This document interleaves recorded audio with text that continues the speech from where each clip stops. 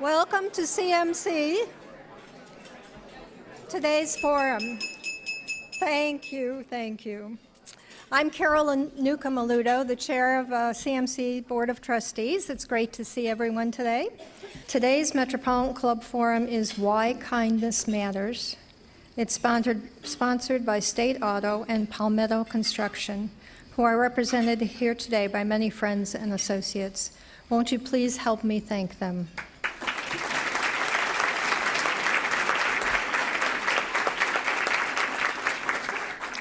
Now please welcome Elise Spriggs, Senior Vice President, Associate and External Relations at State Auto, to introduce our forum and speakers. Elise?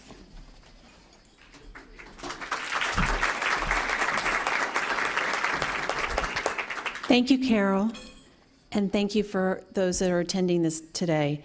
On behalf of the 2,000 associates at State Auto, we are pleased and honored to support the mission of the Columbus Metropolitan Club to provide public forum on topics of importance to our community.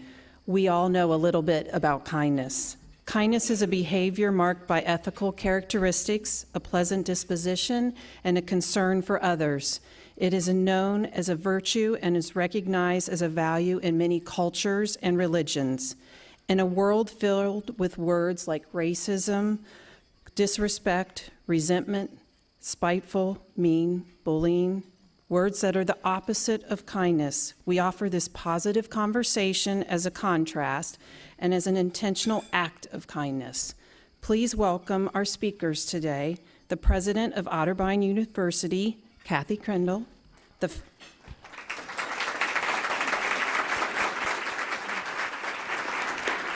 founder of Heart of Unlimited Boundaries, Rocky Grimes, the chairman and CEO of Sophisticated Systems, a State Auto board member and founder of My Special Word, Dwight Smith, and our host, Senior VP and Manager, Walter Family Philanthropy, the Columbus Foundation, Kelly Griesmer. Kelly, stage is yours. Well, welcome everyone, and we are here today to talk about something that I think many of us have taken for granted. And I have the great pleasure in my day job, as well as my not day job, to spend a lot of time thinking about kindness and the impact that it has on us as a community and as individuals. And a great pleasure of my work is that I have come across all of the speakers today in some form because they spend a good deal of their day jobs as well thinking about kindness. And I'm excited to hear, as I'm sure you all are, about what their perspectives are with regard to why kindness matters.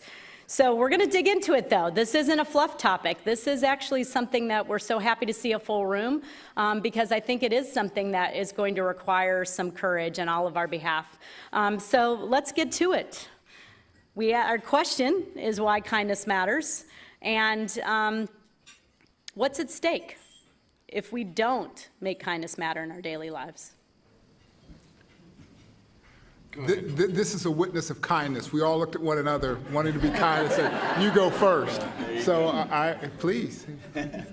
What happens if we don't do it? Kindness, honestly, is what makes the world go round. I mean, a lot would say it's business, but for every business transaction, there's thousands of human interactions. And if there were no kindness in those interactions, most of that stuff would not occur. And we were chatting about this a little earlier. We live in a great country, a country that we all love. But at this point in time, we seem to be so divided. So why kindness matters is because kindness will be that shining light that brings us back to greatness again. Little acts of kindness, great acts of kindness, but we need kindness to come back home. And I'll just weigh in, I guess, with a little bit of a story. I am very grateful being at Otterbein to the way in which Otterbein and the Westerville community have kind of embraced the idea of kindness as a significant initiative for us, and we'll talk more about that in a minute. But What happened for us recently in Westerville was a terrible, terrible tragedy with the loss of 2 police officers. And what happened is, instead of that dividing us, I think in many ways it brought us together because we have such strong bonds and such strong relationships. It was the kindness that people have demonstrated to one another prior to that terrible tragedy, and the way in which acts of kindness then continued to sustain that idea of partnership and of community and of care and of kindness. And then we saw it again last week when we hosted the State of the State event. Again, people came together around something that was a celebration this time, the celebration of Governor Kasich coming back home for his final State of the State. So I guess what I have experienced in Westerville and at Otterbein is the importance of those acts of kindness that bond people together. And so much of what you hear about today is what drives us apart is the problem. People feeling isolated, people feeling alone, people feeling that nobody cares. So I guess I feel very fortunate to be in a situation where kindness is a very everyday word and very much part of what we think about both as a city and as an institution. So we'll get more detail as we go, Kelly. Well, what's interesting is I was thinking about this conversation, and if you look back historically, theologians have been talking about kindness for a long time, philosophers, all kinds of, there's quotes and things that we see, and I came across one that said, constant kindness can accomplish much. As the sun makes ice melt, kindness causes misunderstanding, mistrust, and hostility to evaporate. And that was Albert Schweitzer in 1875. So this isn't new. How did we stray so far from understanding that that's something that could break down these things, these divisive things that we talk about so often? And do you think he's right that it could actually melt those types of walls? Oh, there's no doubt he's right. Our organization, The Hub, my mission is to build meaningful relationships between individuals of all abilities and economic backgrounds in an effort to improve the quality of life for all. And that's a very broad statement, but basically is you see a lot of kindness within a given community or a given race, but where we break down is when we have to go outside of that. And that could be due to lack of understanding, that could be due to enculturation, what we were taught as a child to trust or not trust. And the more we put each other in a room, the more we're going to break down those walls. I've said once that if I was president, the first thing I would do is we wouldn't have 2 sides. Not that you don't have two parties, but I would make them all sit in assigned seats, right? Because it's really easy to buddy up with your side and cheer and do all that. But if you're the one, guy over there that's sitting beside someone else, you're more likely to start to understand their position a little bit more. So bring us together more and let us understand each other more, and that kindness will automatically come. And to piggyback on that, kindness toward a stranger. It's always easy to be kind toward people that you know. But when you walk by a stranger on the street and you say, good morning, good afternoon, hello, those great words like please and thank you, we never know what's going on in their lives, the suffering that they may cause. And they may be suffering. And so just to be able to lift up one's spirit with a kind word or a smile. Everyone here, doesn't it feel good when you receive that? Doesn't it feel equally as well when you give that? So kindness is something that you can never give too much of, and kindness is something that it feels just as good to give as it does to receive. Well, it's priceless. It's scientifically proven, and I think you guys might be doing a study on that, but you can see it out of UCLA or Berkeley. They've done studies that physically and psychologically, you benefit not just the person giving or receiving, but anyone who witnesses that act. How powerful is that? That anyone who witnesses the act of kindness gets that shot of dopamine or serotonin or the endorphins that not just make you feel better, but make you want to do a nice thing yourself, and physically changes your body for the better. How can we not be kind when we understand this scientifically? Yeah, I think as we've been looking at the literature on this, pragmatically, the response is you should be kind. You live longer, you live healthier, and you live happier. So it's a very logical thing to do. I think one of the challenges is to try to figure out how to make that something that one repeats on a regular basis. But it is true, they can study this from a cognitive perspective in terms of changes in the brain. Chemically, the body changes. And they refer to this in the literature as experiencing the warm glow. And you see it when you initiate an act of kindness, or when you receive an act of kindness, or when you witness an act of kindness. It does something to your body, it does something to the way you view the world, and it does something to the way you view the people around you. And Kathy mentioned literature, so I'll refer to my favorite literature, and many of you know this.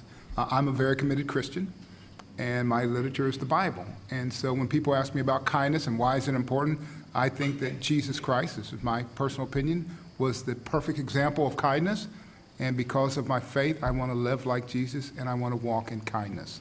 So that's my speech on literature and kindness. Right back to the good book. Well, and it is interesting. I mean, that's exactly what I found when I did a little bit of this research. Thomas Jefferson actually said, "I believe that every human mind feels pleasure in doing good to another." So again, this is something that isn't new. And that's before we could do the brain scans, and before now we can watch it happen digitally. Mm-hmm.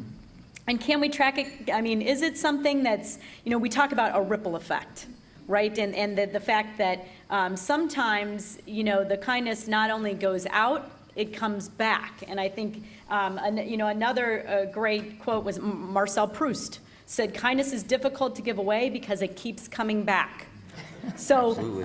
why are we, what do you think it is about that? What have you seen in your experiences where that kindness has not only been put out into the universe, but it comes back in so many ways that sort of feed each other? Well, one of the things I can say at Otterbein, because this has been something we've been focused on for almost a year now, we started the process by having those who were graduating at commencement last year write a note of thanks to a faculty member or a staff member, just to say thank you for some difference that they might have made in their lives while they were an undergraduate student. And I think many faculty and staff were surprised when they got those notes. But what happened was it launched a whole series of initiatives. And so it comes back to us now in terms of the way in which, and this will make Kelly happy, we are working to make it contagious. So as we talk about this, we see other elements. So it was really started by an initiative with our graduating class, but it has come back to us through student activities, through student affairs, through our community plunges when students go out into the community to provide service to agencies and schools and so forth. Other parts of the campus are now picking this up. So when we have a town meeting, the group organizing it might say, let's have this focus on an act of kindness or something in which we can give something back. So when it becomes part of the regular vocabulary of the community and it becomes part of what people think about as a way to put a name on something, that's when you know it's being owned by everybody in the organization, in the culture. Other experiences with kindness, the sort of the boomerang effect? From my perspective, I mean, with what we do, I am just engulfed in kindness. Not just for what I do for the individuals and what individuals have done for me, but I work with individuals with special needs, and that entire network that supports that community. It's hard not to go even a few minutes and see something beautiful, see something kind, and see it self-replicate, So I understand the challenge clearly of taking something that's seemingly trite and getting someone to understand how powerful it actually is. I mean, I'm a grown man that plays with toys for a living, right? I have to bring people out and let them see firsthand how truly impactful this is. Because at first you think, yeah, that's cute and that's nice and that's sweet. But if you engulf yourself in it and you see the impact, you see it replicate, they walk away believers. I think also I guess I appreciate the Columbus Foundation kind of taking this on as a major initiative through the Big Table conversations and the Big Give and then Kind Columbus. You begin to see this playing out in different ways in different parts of the city and in different organizations. And I don't know, there's something about labeling it and making it a regular part of our vocabulary and then reminding ourselves it affects the way you respond to a situation or the way in which you interact with someone. So we have Kindness Matters as a little pin that we wear, and it's kind of a reminder to people that that's what we lead with, is kindness. One of our trustees gave me a mantra bracelet that says, be true, be you, be kind. And every morning when I put it on, it's kind of like just a little reminder that, oh yeah, this is really important. It's something that I should keep front of mind. And those labels and reminders and vocabulary, I think, are really significant in terms of predicting our behavior and affecting our behavior. I think so. I think it's necessary because we need to be reminded. You know, what prevents us from being kind, I think it's self-centeredness. And I don't mean that from a negative perspective. I mean that it's perfectly natural that our needs and our wants consume our thoughts. So to be reminded that there's someone other than yourself out there will allow you to do that. What's so fascinating to me is that, you know, our brain becomes stronger at whatever we do. It develops so that we become better at whatever we're trying to achieve. So if we're trying to solve our own problems and focus on ourselves, we become more powerful at focusing on ourselves. If we can deviate from that a little bit, if we can start to look outside that, your brain is naturally going to start to cause you to do that more often and become better at it. Just remind me that I'm supposed to do it, right? And so you mentioned earlier my special word, so I'd like to do 60 seconds on that. So the concept around special words is we've been asking children, what is your special word? What is the word that you would describe the person you are or you aspire to be? And why did you choose that word? And we hear words like love and respect and family and friendly and athletic and all that, but many, many children, which is great hope for the future, come back and say, my special word is kind, because I want to be kind. And the thought process there is words are really important and impactful. And if we can change the words that we use, we can change the conversations we have. If we change the conversations we have, we can change behaviors. And if we can change behaviors, we can change the world. Isn't it great when people say, I want to be kind, and I'm committed to living that out? It's a small thing, but kind is not just a word. It's an action, it's a value, and it's a lifestyle. And it can change the world. Yeah, baby. Well, Sorry, but you got that. and I think what's important about what you're saying is this concept of saying it out loud. Because I will say that through some of the activities that we've done over the past year or so of piloting kindness in the community, I find that the community is incredibly shy about their kindness. If we, social media is what we do. We film our food, we film our shoes, we film our new car, our kids' trophies. But when we ask people to prompt them and say, tell us something kind you did today, the number one response I got was, oh, no.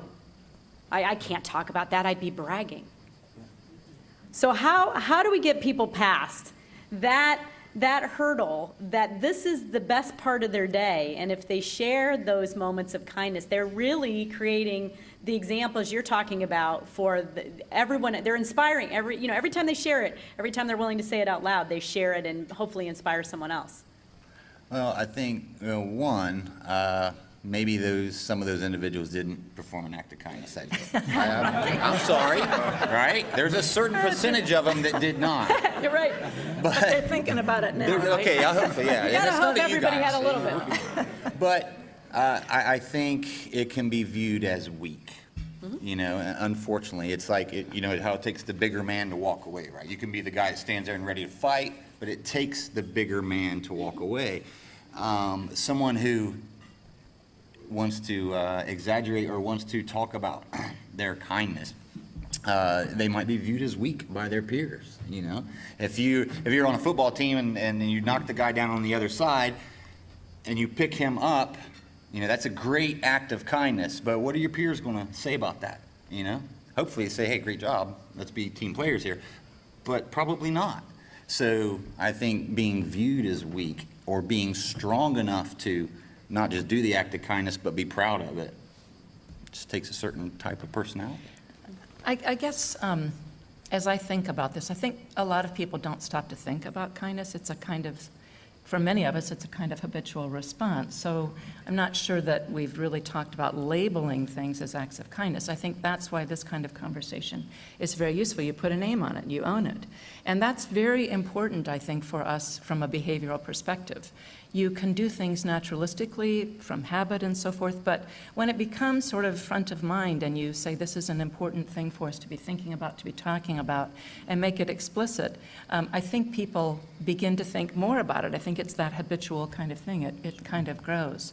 I guess I wanted to pick up on one word that you've used a lot, and I think we've probably all thought about this, and that is the concept of community. I think community is really important in this conversation. When you think about acts of kindness, or you think about things like making kindness contagious, again, that sort of ability to put your arms around it in a very tangible kind of concrete way, this is a community initiative. And I'm going to tell just a really quick story. I went to a race a couple of years ago. I wasn't racing, I was walking, but anyway, it was a 10K. And so anyway, I went, and there were a number of Otterbein folks there, but there were also community folks. Anyway, there was one young woman standing off to the side, and I went over to her and just said, I just wondered, what brought you here? And this was a memorial race for one of our students who had died in an accident, a kayaking accident. He'd drowned. And so it was a memorial to raise money for his scholarship. And she was off all by herself, looking very alone, and she said to me, well, I'm coming to Otterbein in the fall, and I read about this event, and I thought, I'm joining the community, and I need to do things that will help me understand that community and engage in that community. And you're all doing this to remember someone who died in a terrible accident.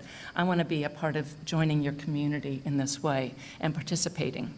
And I thought that was a really brave thing and a really thoughtful thing and a really kind thing to do. But that idea of how you define your community is really important. And that's one of the ways that Otterbein defines its community. We try to be a kind, welcoming, inclusive place. And she realized that, and that it was important for her to celebrate those values and embrace those as she joined our community.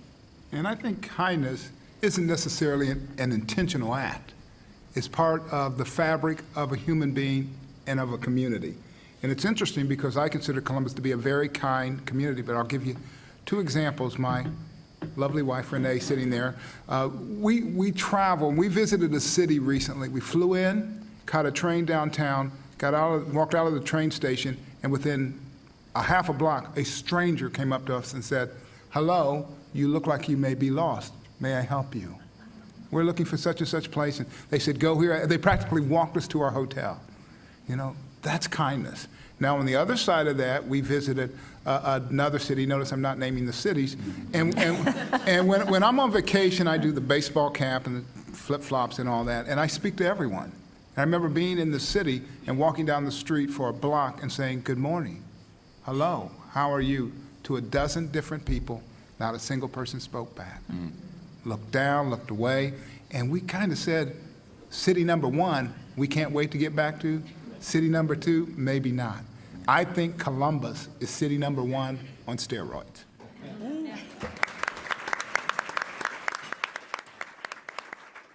Well, and that's actually, that's a great point, which is, I think that we know a lot of groundbreaking things happen in Columbus and our greater Columbus area.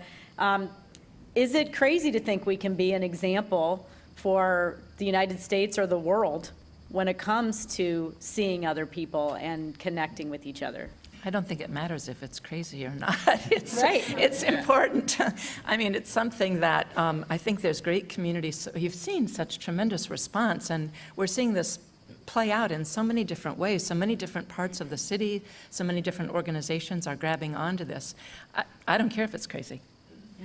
Yeah, absolutely, if it works. I mean, you can't deny it. If you look at what's happening at TRC and autonomous vehicles, if you look at, there's so many different things we can reference. And if we're at the forefront of that, then they need to catch up. And maybe social media. There's a bright side and a dark side to social media, right? It can share love and kindness or hatred. The other thing is social media sometimes makes us insensitive because we'd rather talk to our iPhones than to one another. It's pretty hard to be kind to an iPhone. It's pretty easy to be kind to the person sitting next to you. So maybe we ought to disconnect and have conversations and display kindness.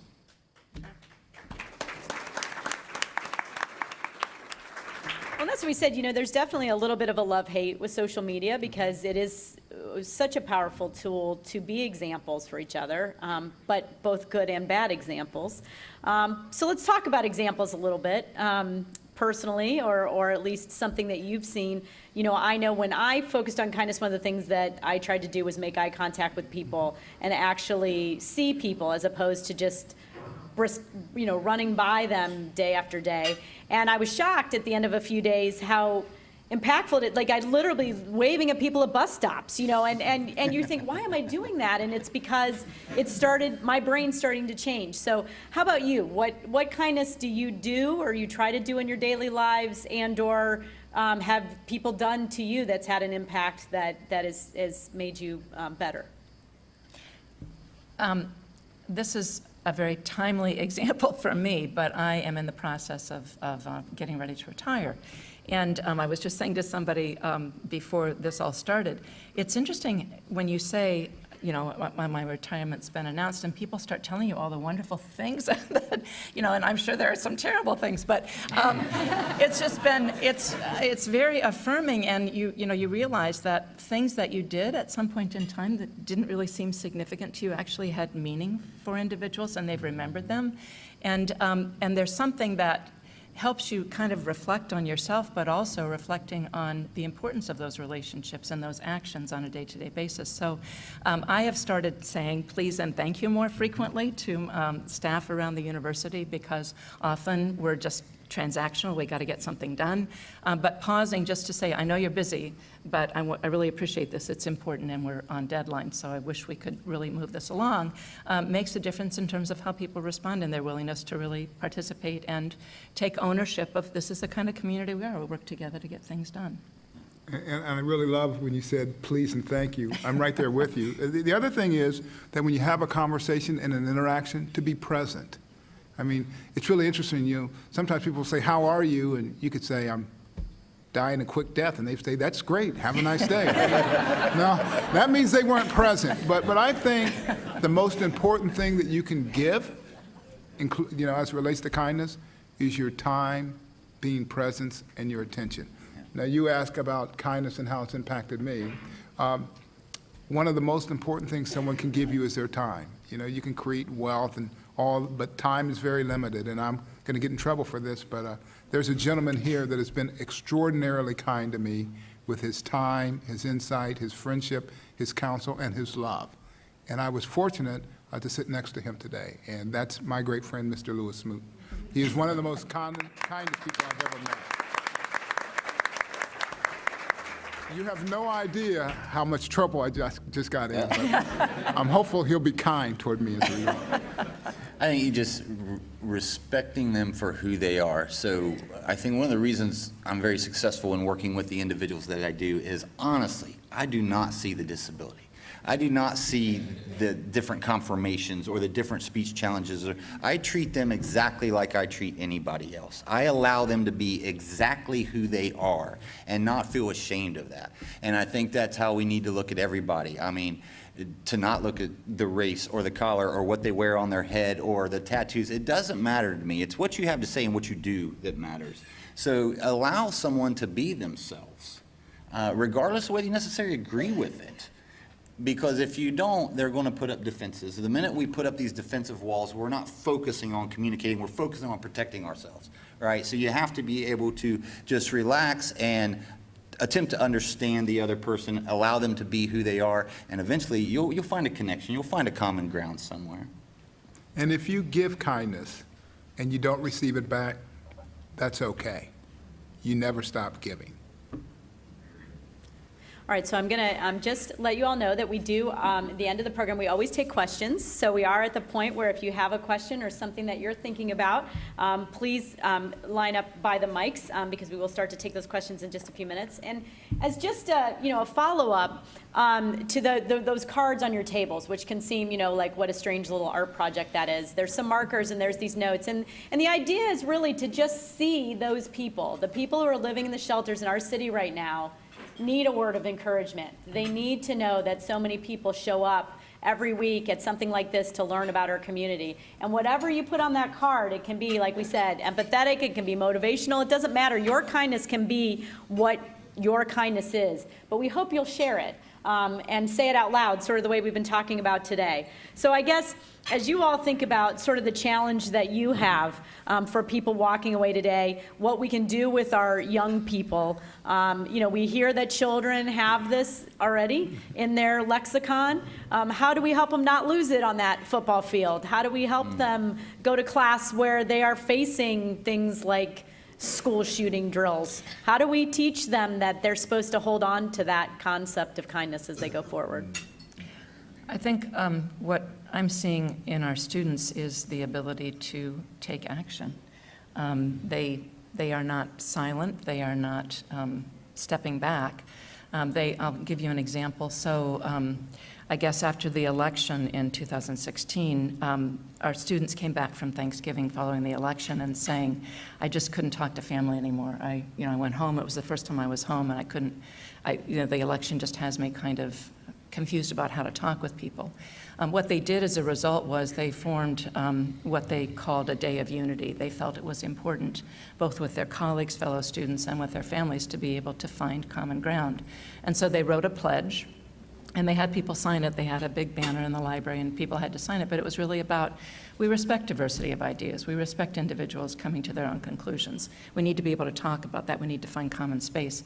And I guess I take I'm spoiled because I'm around 18 to 22-year-olds every day, and then beyond that. But, it just gives you a sense of optimism about the future. These are kids who want to take action. They want to engage, and they know that their actions are very important, and they're very concerned about how they do that in a constructive way. So I find it very affirming in terms of them taking hold of these concepts.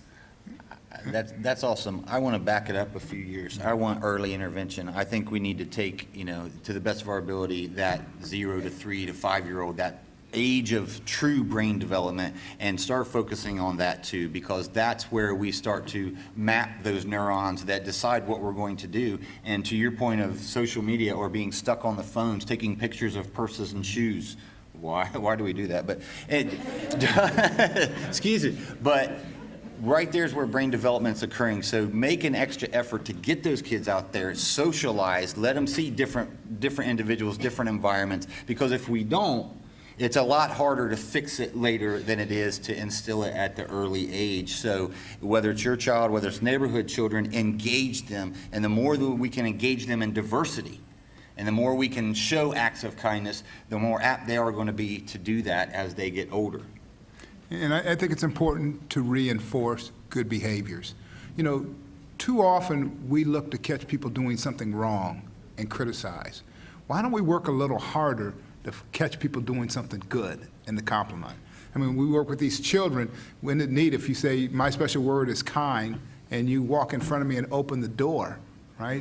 And I say, young man, young woman, you're living the dream. You're living the word. You just displayed kindness.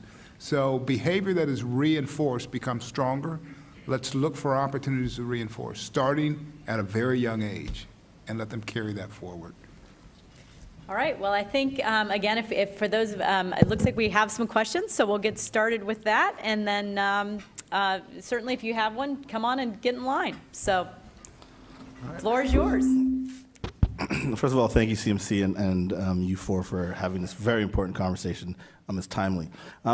When I was raised, my parents raised me with this idea that humanity had this unlimited capacity for kindness, and it was warm and fuzzy. But as an adult and as a scientist, I can safely say there's enough data that says that's true. So, for example, if there's a tsunami in Indonesia, if there's a hurricane in Haiti, if there's gun violence in a casino, what have you, Westerville, I mean, you name it. Tragedy has people forget race, religion, gender, and people come together in tremendous ways. What is it about, and by the way, when the tragedy is forgotten, we kind of settle back to our own, I hate you or I dislike you, what have you. So what is it about tragedy that does that, and is there anything we can learn from it? And I'm not suggesting, yes, have a tragedy every week to get people to be kind. But what is it about that clearly rubs away this issue and everybody is kind in any given environment that's affected by tragedy? I think it brings it back to our own mortality. When you see that occur, you empathize with that, right? Just like you see kindness occur, you want to do it. When you see that tragedy occur, you recognize real quick that could be me. And you're willing to do whatever's necessary to prevent that from happening to you. And whether that means disregarding race and everything else, that's what you do, at least for a short while, till you fall back into that comfortable part of your life. But we should need tragedy to bring us together. Maybe the real question is, what can we do to make it sustainable? You know, we do come together when things are rough, but we must learn to stay together. It's kind of like in families. You get together and you say, boy, we only get together at weddings and funerals, right? We're not going to do that. We're going to spend more time as a family. And then the next time you see each other is 2 years later at a wedding or funeral, right? It's got to be sustainable. It's got to stick. I'll just add one note, and that is that I guess this whole area of conversation, as we've been talking about it over the past year or so, has reminded me that there are lots of tragedies happening around us every day in people's lives, and we just don't know it. And so that idea of being present and owning things, talking about them, labeling them, I think everybody has a tragedy at some point in their lives, or multiple tragedies, and being sensitive to that, being present when you're confronted with it is critical. So I think those big tragedies can remind us that there are those kinds of things happening in people's lives every day. My name is Barbara Pratzner, and there's an incredibly wonderful book for school agers out there called Wonder about the issue of bullying, and it's now a full-length film. So my understanding is that one of the lines from the book about choose kind has now sort of become a mantra for classrooms around the country, where whole classrooms are reading the book together. So my question is, are any of the panelists familiar with the book or the movie? And can you speak at all to the impact of the book or the movie and the choose kind movement? I am not familiar with the book or the movie, but I have seen some of the exercises that teachers are giving children in elementary school about a kind checklist and exercises and class projects related to it. So I see this penetrating throughout the education system and across age groups, but I apologize, I'm not familiar with the book. I saw the movie. It was fantastic.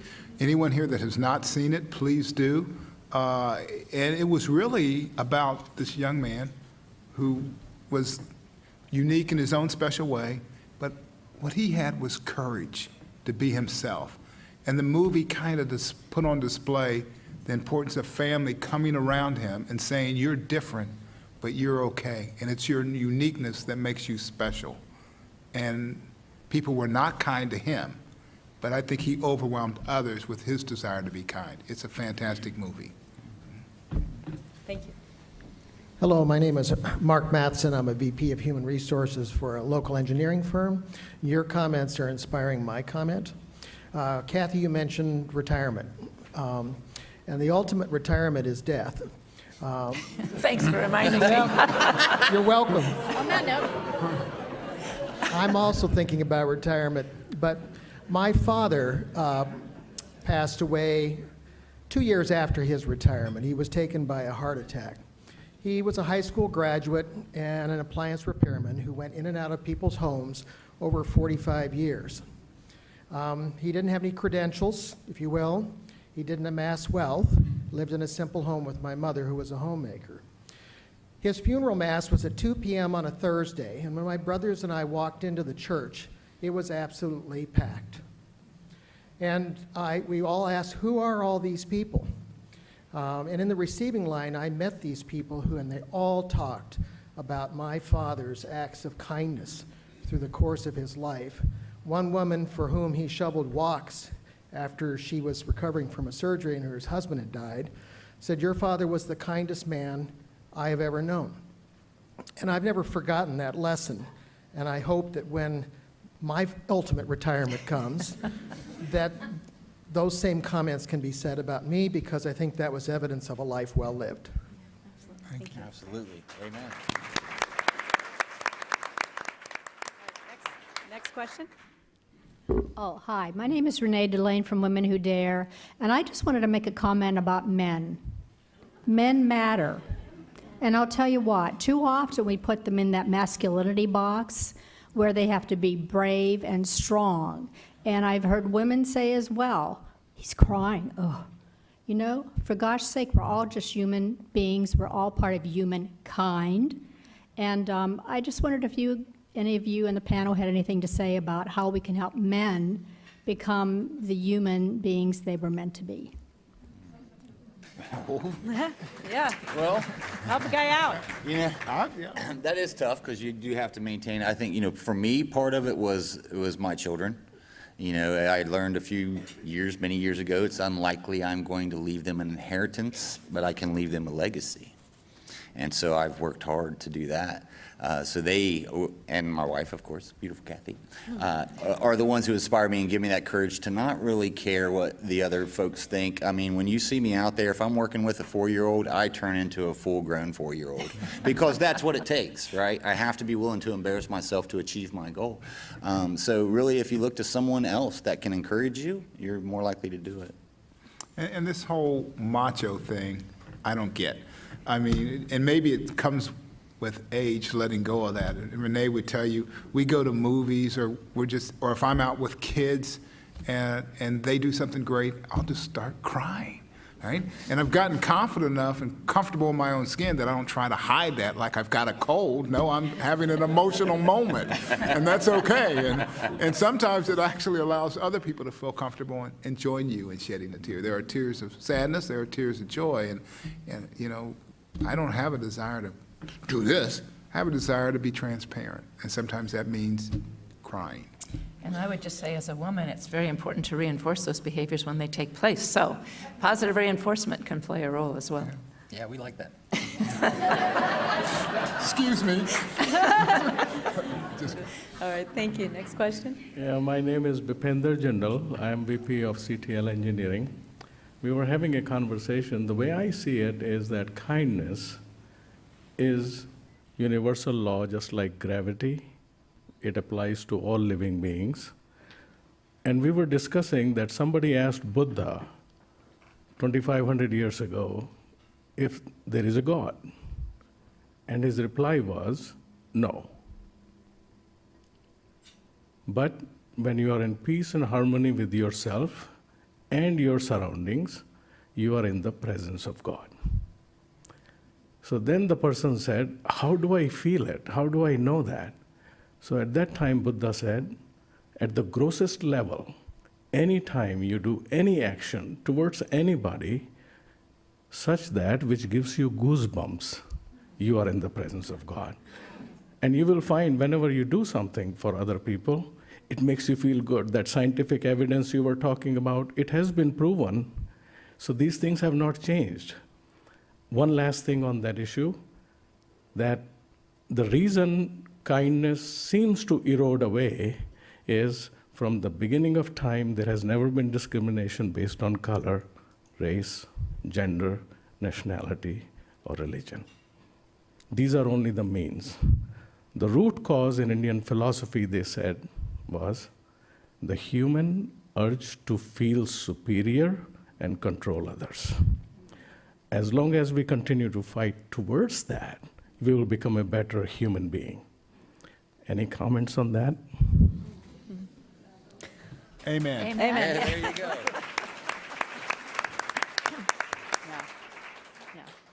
Go ahead. Hi, my name's Carol Harper, and I'm with Ohio State, so I work a lot with college-age students, and I really find that the word kindness resonates with them, which is really an exciting thing to know that this next generation coming forward after me is also excited about the topic of kindness. But what I do find is that sometimes when I talk with different generations, the word kindness makes them roll their eyes a little bit. So I'm wondering if you found any other words that are similar to kindness or synonyms that you think resonate with different generations. People talk, when they do research on the notion of kindness, they really talk about things like empathy and altruism, that ability to take someone else's perspective, walk in someone else's shoes. That is the way in which a lot of social scientists talk about it. We've reverted to kindness. We like the kindness word, but there are, if you look at the research literature, that's the way, those are the concepts that are closest to kindness that they've actually given definition to. I don't have a synonym, but I do a lot of speaking with at-risk youth for multiple reasons. And when I see that, those become my targets, right? When you see the one that rolls their eyes, that's the one you need to go focus on. Well, I hear words like respect and dignity and friendly, and a word that I hope we all get more comfortable using, which is love. I mean, if you want people to just kind of shudder, start asking them to talk about love. That is true. But isn't there a song, What the World Needs Now is love? Yeah. Thank you so much. Hi, everybody. My name is Diana with a Y, and I want to thank you. My heart feels wide open. I'm so grateful to be here, and I happen to work for an Otterbein graduate, Maggie Ellison, who brought our table here today, and I'm so lucky that I get to work in a kind environment. And it's been on my mind, and I have a $1 million question. Are you ready for a $1 million question? It's been on my mind because I'm in the next level trainings, and that group, I'm in a leadership program, and the purpose of next level trainings is to create a transformed world, to go out into the communities that we're in, and to spread the love and kindness, to heal the world and to transform what we're doing. And I moved back to Columbus from the New York City, New Jersey area after being there for 20 years to Columbus. And the thing, and this is a $1 million question, the thing that's really been heavy on my mind since I've moved here is the safety. And I guess my question is, we're all enrolled in kindness and we're all kind people, I'm sure. And the question for me is, and I've been struggling with this, how do we change the course of 140 homicides from last year? What could we do as people in this room? We have over 200 people. And what can we do to change where we live? And how can we change the course of Columbus? Because I'm proud to be from Columbus. I went to Eastmore, and my own high school's changed dramatically. And I'm deeply involved and committed in volunteerism in Columbus to be on that track, and I just want to invite conversation around that. Thank you. Go ahead, Dwight, please. I'll say it just takes a lot more people to commit a lot more time. Quite frankly, you have to dedicate, you have to allocate the amount of time. I'm a firm believer that if this young person's been in this situation for 3 or 4 years, it's going to take 6 or 7 years to fix them.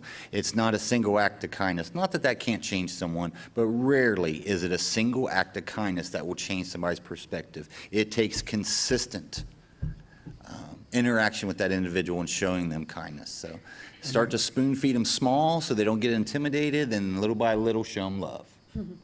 And you have to have the will to make a change. I mean, I've always believed, it applies to America and applies to Columbus, we have enough innovation, money, and resource that no child in Columbus or across our country should go to bed hungry, should not have a good education and good health care. We have the resources. Thank you. The question is, do we have the will? And it will start by breaking down the barriers. Right? We shouldn't have 55 different agendas. We've got one agenda, which is to make our world a better place. Hello, my name is Yatsari Monroy, and I'm a student at Cristo Rey Columbus High School, and I'm a student intern at IGS Energy, and I have a quick question. What advice would you give someone in my generation on how to speak out and being kind, considering the negatives around us? I know that us teens, we do want to spread kindness, but right now in this generation, it's kind of hard considering all the bad things there is, hatred, racism, and it's just hard to spread it out there. And I feel like some teens just want to close their minds and just not spread anymore. So for us that do want to spread kindness, how can we, considering that students don't want to? Don't speak, act, right? It's real easy to show your voice, but show your actions. Don't ask someone to do something. Do it yourself and be the example. Because you're right, it is hard, especially at your age, to stand out from your peers. If no one is being kind and you're the only one that's being kind, that's tough. But I would say suck it up. Lead by example, and others will follow. And I think action is super important, as you said. You remember I mentioned that my special word? And so a young lady, a few years younger than you, she might have been 12 or 13 years old, we asked people to come up and talk about their special words. And here's what she said, and it stuck with me. She said, my special word is confident. She said, because I'm an athlete, and when I'm on the field, I'm confident. And when I'm in the classroom, I'm confident. She said, you know why? Because I don't allow others to define myself. I'll do that myself. So just be confident and don't succumb to peer pressure. Be yourself, be your light, and your light will brighten the path for others. Thank you. I think we have one last question. There we go. So I go to Ohio Wesleyan, and so I'm surrounded by a lot of college students, and like my question is actually about like the definition of kindness and how it gets a little skewed in there. So I see that people at my school, they're very concerned about like kids in Africa, or they'd be more willing to go rebuild houses like somewhere far off in the world, and they'll associate kindness with that in a much greater level than they would with like ongoing cycles of poverty in their own area, or like people who are much closer to their age and like geographically closer, people who they have more resources to help, and they won't be as inclined to do so, or they won't feel like they're being kind when they're doing that, but they'll feel very kind when they'll go out of their way, or like even like take a flight and go help people. And like I feel like there's this like gap in capacity building there, or like this gap in understanding, and I just don't think that empathy has to be selective, or it doesn't have to be like a disaster of like a very high magnitude for someone to just be concerned about someone like across the street. So I was just wondering why, like, I feel like because of that, that's what's made people feel like kindness is just like a fluff kind of word to them. So that's how a lot of people at like or my age, or like people in my school have been associating it with such words. Yeah. That's an interesting observation, very interesting. I appreciate you bringing that up. I think that they're underestimating what a small act of kindness can do. You know, yeah, I want to go after this great big elephant, right, and prove to the world what I can do. And they're just underestimating what that little thing can do.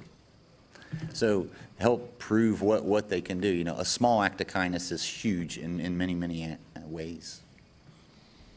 I guess I would just say, I think as we've talked about this, owning the idea of kindness and defining it and talking about it, there are so many needs. I think as we just heard, there are so many needs in our community.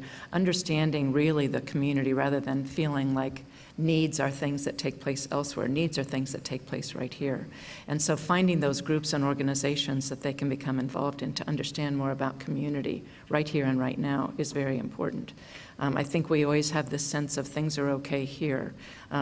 Things are not okay here. And so figuring out how to navigate, to take action, to do things that are going to make a difference right here and right now is really important.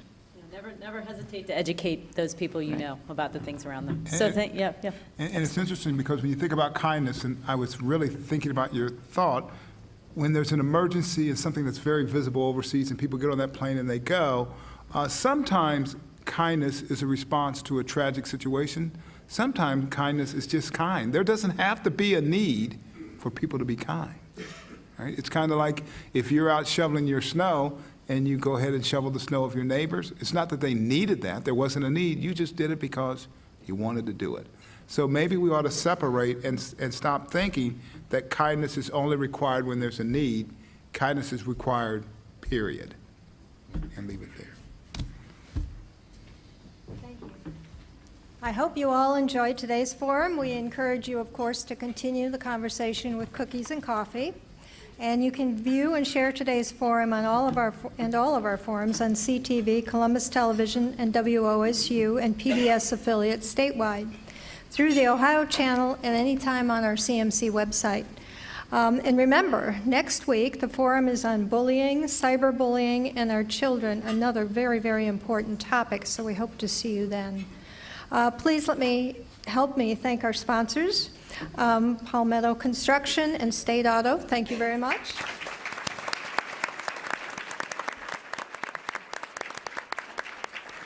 And of course, our speakers, Kathy Crendel, Rocky Grimes, Dwight Smith, and Kelly Grismer. Thank you.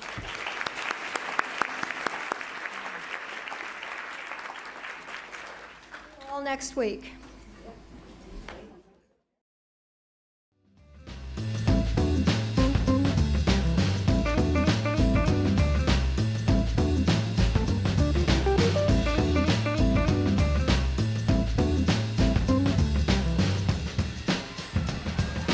you.